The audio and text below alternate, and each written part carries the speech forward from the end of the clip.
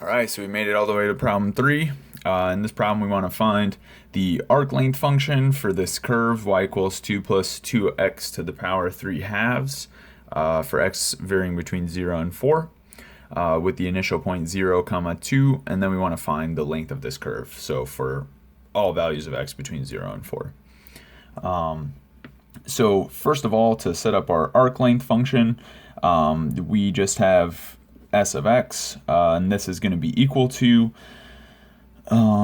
integral from 0, because our initial point has x coordinate equal to 0, and we're essentially going to be integrating in x. We're going to end at just some arbitrary value of x between 0 and 4.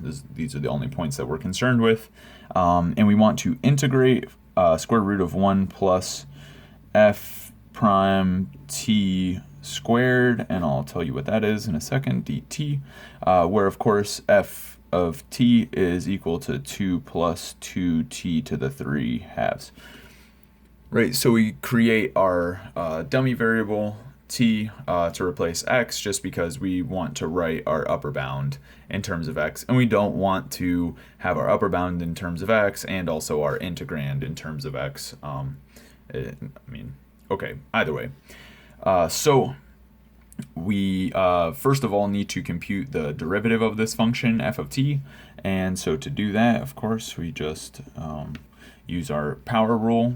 So we have a constant, derivative of the constant is 0. When we do the derivative of 2t to the 3 halves, we're going to bring down this 3 halves. 3 halves will cancel with this 2 and just gives me a 3. And then I'll have t to the power 1 half, because I need to subtract 1 from my power there when I'm differentiating. So, okay, that's what I get for my derivative. And then for my integrand here, I need 1 plus f prime of t squared. Of course, I'll take the square root at some point, but you'll see it makes no difference really right now. So I need to square this function 3t square root. So when I square that, I'm going to get 9t to the power 1. So I have 1 plus 9t. And then this is what I want to put into the square root here and then integrate from 0 to x. So my arc length function looks like this. It's s of x is equal to integral from 0 to x of the square root of 1 plus 9t. And I integrate this with respect to t. Okay, so to do this, I'm just going to substitute u equals 1 plus 9t, and then I'll see that I have 1/9 du is equal to dt, and now I can just replace everything in this integral. So this will look like 1 over 9 integral from, I am going to replace my bounds now in terms of u. So when t was equal to 0, u is just equal to 1. And when t was equal to x, u is equal to 1 plus 9x. So I'll go ahead and just write that as my upper bound, fine. And then the integrand now is just u to the 1 half, and I'm integrating with respect to u at this point. Okay, so that's easy enough. So I'll get 1/9 integral of this, so I need to add 1 to the power. I get 2 over 3 as the coefficient, u to the 3 halves. And then I need to evaluate at 1 plus 9x and at 1.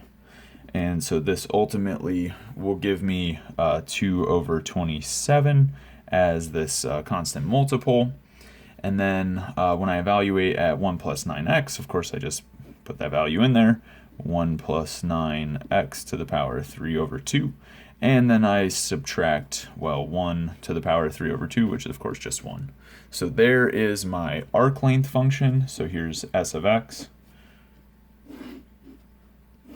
Okay, and this arc length function again tells me the length of the curve from starting from the point 0, comma 2, going up to the point with x coordinate equal to x, and of course y coordinate equal to 2 plus 2x to the 3 halves power. So ultimately what I want to do now is find the length of this entire curve.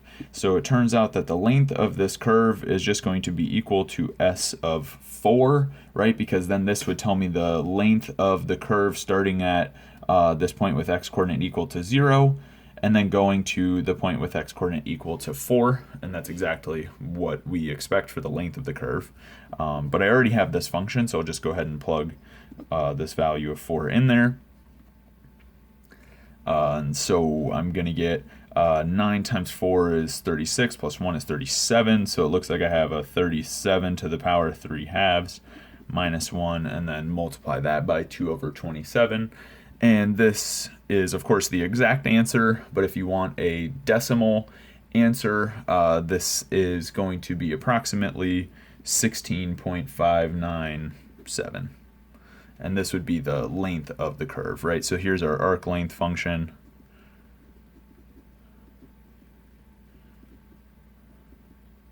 And this would be the length of our curve, either exact or decimal.